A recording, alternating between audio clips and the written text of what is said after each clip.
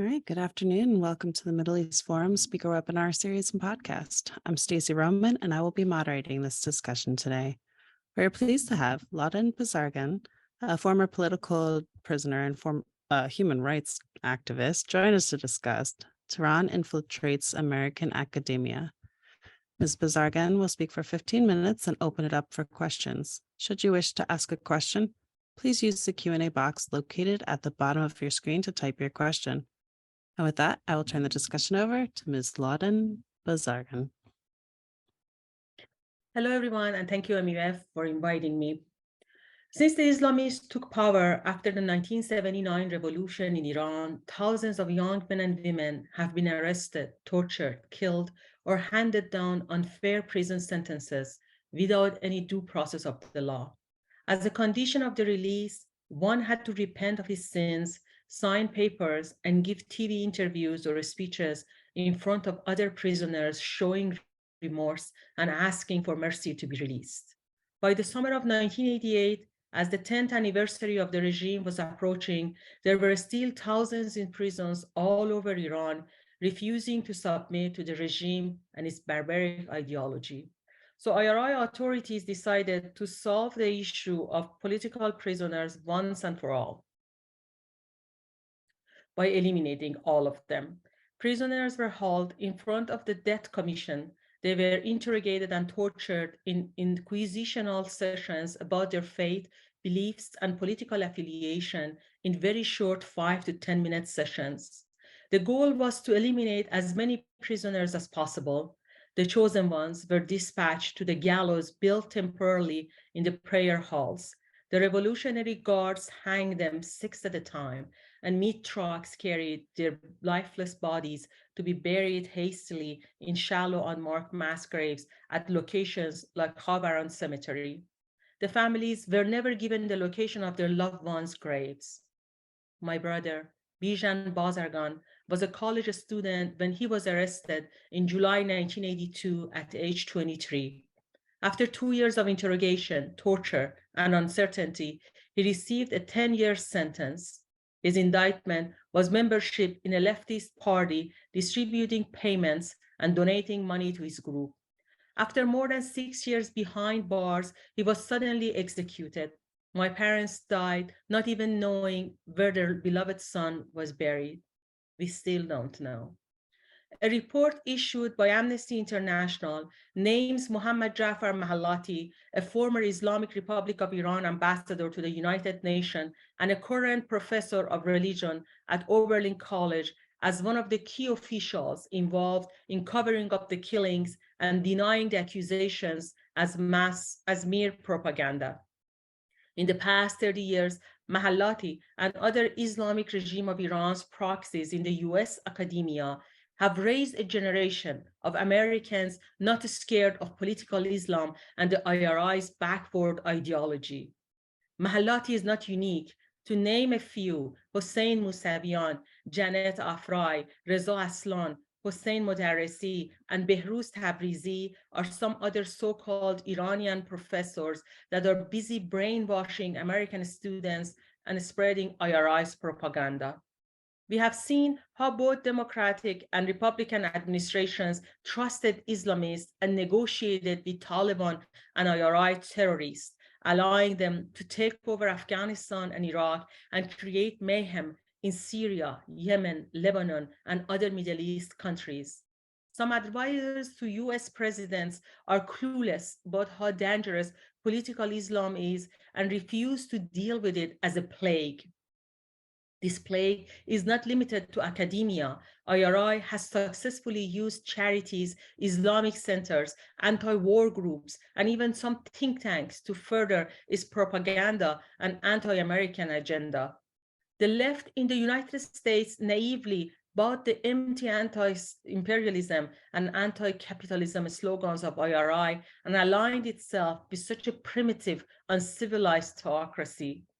Due to their hostility toward capitalism, some leftists generally have a strange intimacy with authoritarian regimes like the Islamic Republic and ignore their tyranny just because they are against imperialism. These leftists justify the cruelty of IRI against women and its gender apartheid rules as our culture and dismiss our cries against IRI as Islamophobia. We feel we are muzzled and silenced in US academia and media, and our lived experiences are dismissed because the left has these rosy ideas about IRI and its brutal regime. One of the problems of having rentier state is that if IRI cannot enchant someone with empty slogans, it pays top dollar and buys them instead. One can see this shamefully displayed in the millions of dollars the New York Times made selling luxury tours to Iran with its Iranian reporters moonlighting as tour guides. Hossein Ronaqi, the prominent Iranian political prisoners, addressed the problem of IRI's praxis in the US media by writing in Wall Street Journal. For us, it is as if there are two Irans, the one where we live in and another that you read about. Your Iran is unidentified by pesky nuclear negotiation. Ours is much worse. It is a religious police state where we live in fear with countless red lines that most dare not cross. It is a country of repression, censorship, and violence.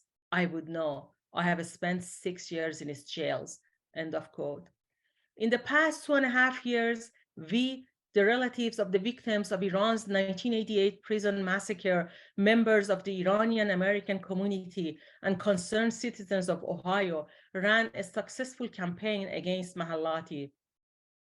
We did not achieve our goal of getting Mahallati fired, but we have gained several victories against him that I list here.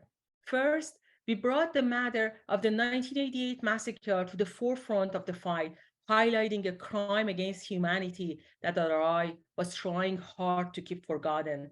Second, when Mahallati tried to use his connections and his brother-in-law's influence to get a position at Columbia University as a visiting professor, we forced Columbia to stop this transaction.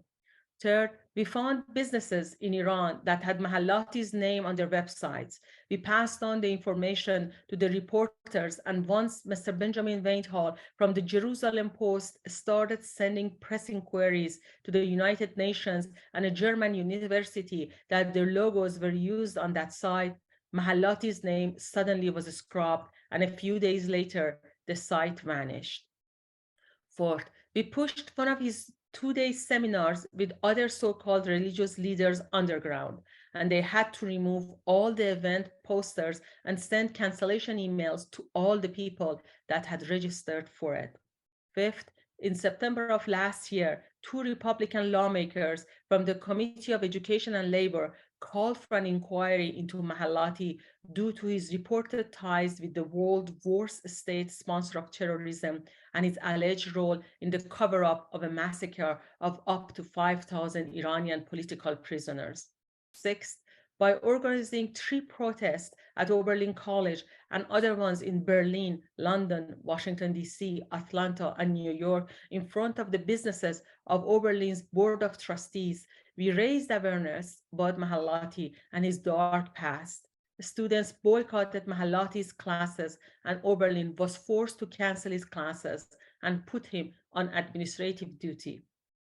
Seventh, on February 6, 2023, Amnesty International issued a new report discussing the involvement of Iran's former diplomats in covering up the 1988 prison massacre, detailing the shameful role of Mahallati using documents we had uncovered. 8, we traveled to Washington, D.C. in March and talked to the office staffs of 15 US senators, congresswomen and men, asking them to look into Mahallati's ties to Iran and forging influence in the academia. 9th, as part of his duties, Mahallati organized workshops and invited 4 guests. We contacted the guests, convincing 3 to cancel their appearances in solidarity with the victims' families. 10th, we are going back to Ohio the last week of April to meet with Ohio state legislators to discuss Oberlin's financial status and demand the freeze of state and federal aid to Oberlin until the administration promptly conducts a proper investigation of Mahallati's record using a reputable neutral party that agrees to hear from the victims' families and human rights groups like Amnesty International. Back in October 2020, when we started our campaign, we thought the hiring of Mahallati by Oberlin to be a mere coincidence and a lack of knowledge about his dark past. As time passed, we realized that his hiring was through a web of deception and backdoor deals that might even include some kind of fraud or breaking the laws of the United States. Years before getting hired by Oberlin, Mahallati was involved in the negotiations of facilitating the trip of Nancy Dye, former Oberlin College president, to Iran. In 2004, Dye became the first president of an American college or university in more than 25 years to visit Iran. She went to Iran 2 more times in 2006 and 2007, and she led a successful capital campaign that raised $175 million, the largest fundraising effort to the date at Oberlin. Bombarders, where did she get the money? Interestingly, one of the facilitators of Dye's trips to Iran was Bob Neon, Ohio's U.S. House of Representatives, who resigned after he pleaded guilty to conspiracy charges and making false statements concealing the Jack Abramoff Indian lobbying scandal. We received an anonymous letter from one of Oberlin's professors stating that Mahallati had promised to bring money to the school. The letter also states that Mahallati's hiring was very unusual because he was hired without even having a doctorate yet. At the same time, better candidates were available, and Mahallati was granted tenure before even publishing a book. So one wonders, how did Mahallati and Dye got connected in 2002? Why does a college president meet with government officials such as Velayati, former IRI's foreign minister, a terrorist wanted by Interpol, Javad Larijani, a diplomat and top advisor to the supreme leader, Javad Zarif, former foreign minister, Mohammad Khatami, foreign president, Mehdi Faridzadeh, former Iranian cultural ambassador to the United Nations and the president of the Board of Trustees for the Islamic Institute of New York, and others. Mahallati is the founder and trustee of ILEX Foundation, a non-governmental organization promoting the study of Mediterranean and Near Eastern civilizations and beyond. This foundation, among many others, invited Kamal Kharazi, Iran's former foreign minister, in 2000, and Mohammad Khatami, former president, in 2006 to speak. Faridzadeh is on the board of directors of Look 10, a charity that claims its leaders encourage cross-cultural trust and theological engagement between Iranians and Americans through remote educational meetings and classes, multi-field exchange, cultural tours and events, and national and multinational humanitarian service projects. This foundation also raises money and sends it to Iran through another Iranian charity based in San Francisco called Moms Against Poverty, another foundation connected to the Islamic regime.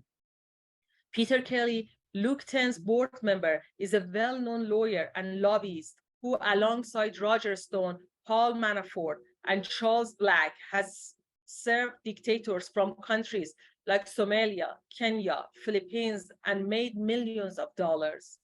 Janet Afari and Reza Aslan are advisor board members of the Baskerville Institute, a nonprofit, nonpartisan, non-governmental organization devoted to supporting and strengthening the bonds of friendship between Iranians and Americans.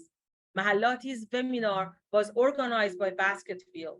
It was called Religion Diplomacy in the Middle East, and it was put on May 18 and 19 of 2021 at the height of our fight with Oberlin for justice and accountability. Baskerville Institute's director, Bahman Bakhtiari, was fired as head of the Utah's University's Middle East Center for plagiarism. I wrote to Aslan and Afrai in May 2021, asking them to resign from the board of Baskerville, but they didn't answer. When you don't mind being on the board of a foundation whose director plagiarizes, involvement in mass murder becomes tolerable too. So as you can see, one of the ways IRI influences academia is through these charity foundations. They organize lectures, invite speakers, publish books, offer internships, carry favors, etc. Charities have become a tool in the hand of IRI's agents to penetrate academia and influence them, all under the deception cloak of friendship, dialogue, interfaith, and peace. If you want to combat extremisms and Islamists, you must direct your attention to these religious centers and charities. After the FBI took Alawi Foundation to the court, IRI directed its focus on these smaller charities that popped up like fungus. Instead of spending money to further its propaganda, now IRI uses these foundations to receive money from grants and donations. Ask Congress to investigate these foundations and close the loopholes on these charities. People on the board of these organizations must be informed and then publicly shamed. After the new uprising in Iran, Reza Aslan lost his status and received so much public shaming on social media that he had to apologize publicly and close his Twitter account. Mahallati's case highlights the potential risk of Islamist operatives in America, especially those with ties to foreign governments and extremist organizations. Mahallati's history as an Iranian diplomat, combined with his alleged involvement in covering up mass murder, raises questions about his loyalty and motives. Mahallati's case is not unique, and the government and educational institutions must take steps to identify and prevent potential threats, while it is essential to maintain academic freedom, ensuring the safety and security of educational institutions and the communities they serve is equally important. Thank you. Thank you so much for that excellent presentation. The first question we have is from David Levine asking, it's been suggested that the soft on Iran attitude of the West is largely influenced by the prospect of renewing lucrative economic ties to the Islamic Republic. Can you comment on the role of financial gain in understanding the West's tolerant attitude towards Iran? Of course, one of the biggest problems is that Iran is a rancher state because they have oil and all kind of other minerals.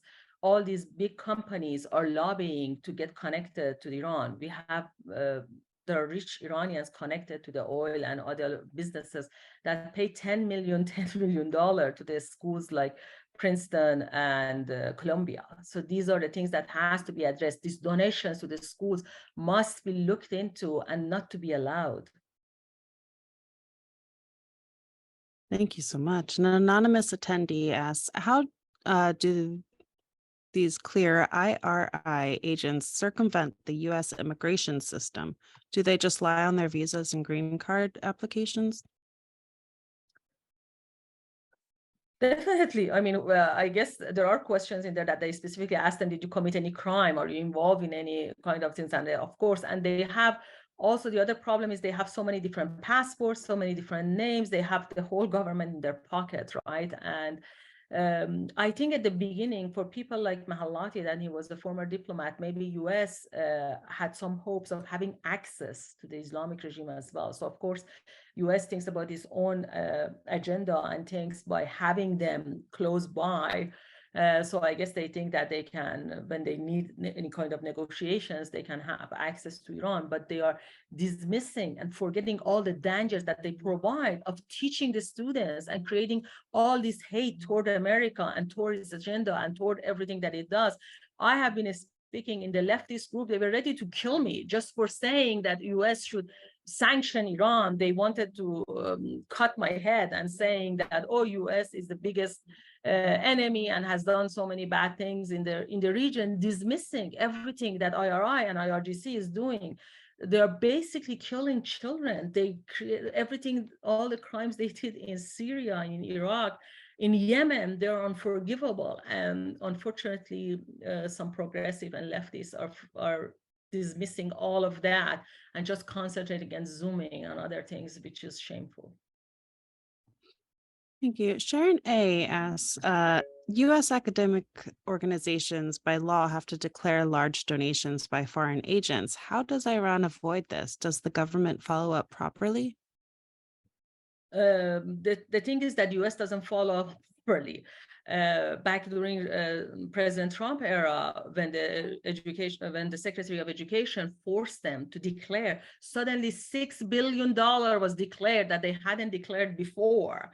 So the schools are getting away with all kind of these backdoor deals, and they are refusing, especially the private schools, they are refusing to state how much money they receive, what are they using it for, and where are they getting it. And these are all scary stuff to know, at all the influence that our foreign adversaries have in our education system.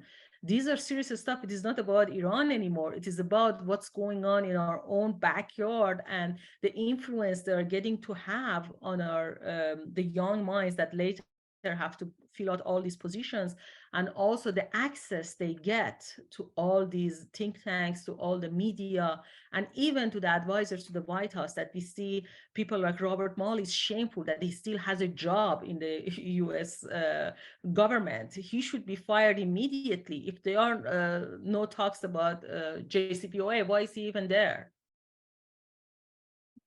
Fair point. Lisa Bernard, speaking of she asked, do these college students serve as sleeper cells in the extreme cases? They are. We just recently had a guy that was trying to kill Salman Rushdie in American soil.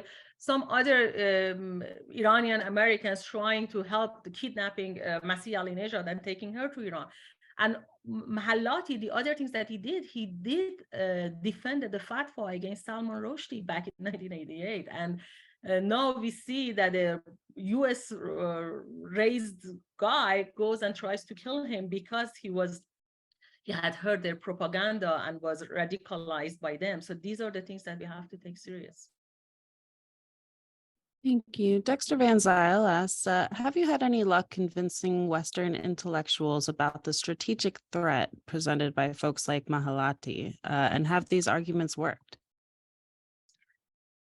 Actually, Iran's revolution really helped. The courage that Iranians showed starting September of 2022 and came to the streets. And because we were saying all these years, we were saying this brutal regime does not represent us. This is not a regime that we want, but we were getting pushback from the leftist intellectuals and the progressives. But the people that came to the streets and the courageous, especially Iranian women, all the sacrifices they made, it's really, really strengthened our hand. And now we have, they are listening more to us and they are more engaged with us. And we really appreciate that.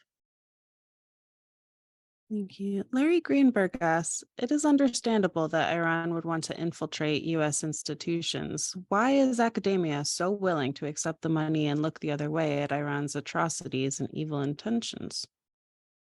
As I said, unfortunately, there is this conversation going on about the colonialism, about all the bad things that U.S. did in other countries, which I don't deny that they did.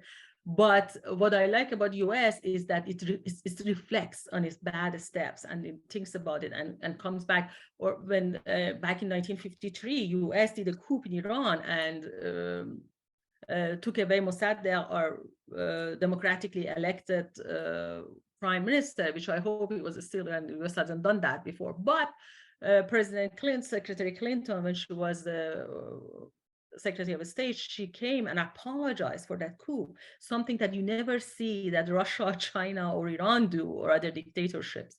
But unfortunately, the intellectuals in US, since I started this campaign and I started to know a lot of Jewish people, I really think that unfortunately, the non-Jewish Americans, they don't know what evil means. They don't understand it. They don't understand Nazism. They don't understand communism. They don't understand the millions of people that they were killed. So they compare US exactly to those regimes, which is not equal. It is not equal and they don't understand it. I have received so much support from the Jewish people because they understand what Hitler did. They understand what elimination of millions of people means, what ideology can do to people.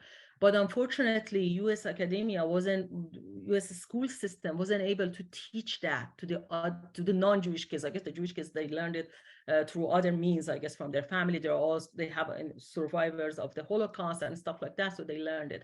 But unfortunately, the others didn't, which that's also a lack in the U.S. education system. Absolutely. Mehrdad Kansari asks, what is being done to combat IRI using think tanks for promotion of its agenda? Is there an effort for identifying key people in this regard? Of course, NIAC is one of them especially after this revolution, it was for years from 2009, Mr. Hassan Dai started revealing what really NIAC is and how they are a lobby of Islamic regime of Iran, and NIAC sued him and took him to the court, and fortunately Dai won that case. And since then there is all these pushbacks against NIAC that since last year, it has become actually a very big agenda, and people really hate them, shame them, go to their events, and they tell them that you are not representative. Or Reza Aslan that I mentioned, he was coming really to all these media, Iranian medias, and was defending the Islamic regime. Or we saw their shameful defense of the killing of 176 passengers in the flight of PS-752 back in 2020. So all of those so-called pundits are now shamed and isolated in Iranian communities, and but we are still working on it that make American news media do not invite them. But we see a lot of Iran-related reporters, especially in New York Times, that is really, really concerning. And the Iranian think tanks that are working for Iranian people actually are trying to shaming them, naming them, writing letters to the New York Times and asking for them to be fired. Understood. So going back to what the West should be doing or what we should be doing to spur the West to look at the Iranian operatives. Stephen Gerzak asks, have you tried to get them for violation of FARA, Foreign Agents Registration Act? That's the problem. I guess the terminology is broad, and they are using. Actually, I was just in a VOA Farsi documentary, I guess, about Iran's lobbies, and one of Iran's lobbies, Amir Ahmadi, he came and he was defending, and he was saying lobby has a meaning. Lobby means that I specifically trying to change a specific law in the Congress. Me defending the Islamic regime of Iran, of course he didn't say me, but he meant, he was speaking general, but he's the one, he always defends the Islamic regime. Defending Islamic regime by say is not a crime, which is true. So they walk in the gray area. There is between the black and white of the law, there is so much gray area in between. They know how to operate in that gray area that we can't get them, unfortunately, with the laws on the book. That's another thing that has to be reviewed and enforced more. Absolutely. Jack Wasserman asks, what's the best way to bring about regime change in Iran? Stop negotiating with this brutal regime. Support Iranian people. You see them, this new generation, more than 60% of Iranian are under 30 years of age, and they don't want this regime. They don't want to be told what to eat, what to wear, what to talk, who to talk to, who to love, how to love. So they need support, and they need the most important things is you make sure they have internet. And that's something that we have been trying to lobby at the Congress, that the Starlink must be used in Iran as well, so they can at least bring their voices out, and they can organize and be together and meet each other. But with this limitation the Islamic regime put on the internet, it's really difficult, and they need help and support. Thank you. Lisa Bernard asked, to what extent is the lack of language skills, specifically Farsi and Arabic, among American university students a part of this problem? I don't think it's a problem, because all Iranians speak English nowadays. It's funny that the new generation says they all are bilingual, some kind of other language. It's not that. It's not that they are not willing to let us speak. I had the same experience myself in my own classes in the master program. When you criticize Islam, none of your professors want to hear it. They all tell you that you're Islamophobic or you're attacking Islam. And I'm like, I lived in an Islamic country. I was under these rules. How can you tell me all of this? Go read Surah Nisa of Quran, it says marry 2, 3, 4 women. Doesn't even start with one. It starts with 2, 3, 4. It talks about women are half men, get half inheritance, and all of this. So stop saying that. And I read a lot in articles about the Iran, about the Islam and everything that in the academia publishes. Even Arab professors are scared of criticizing Islam. When they want to criticize, they just say women need to be empowered. All the problems of Middle East is because women don't have empowerment. Why women are not empowered? Because of Islam. So talk specifically, be specific. But unfortunately, they don't have the courage, I guess.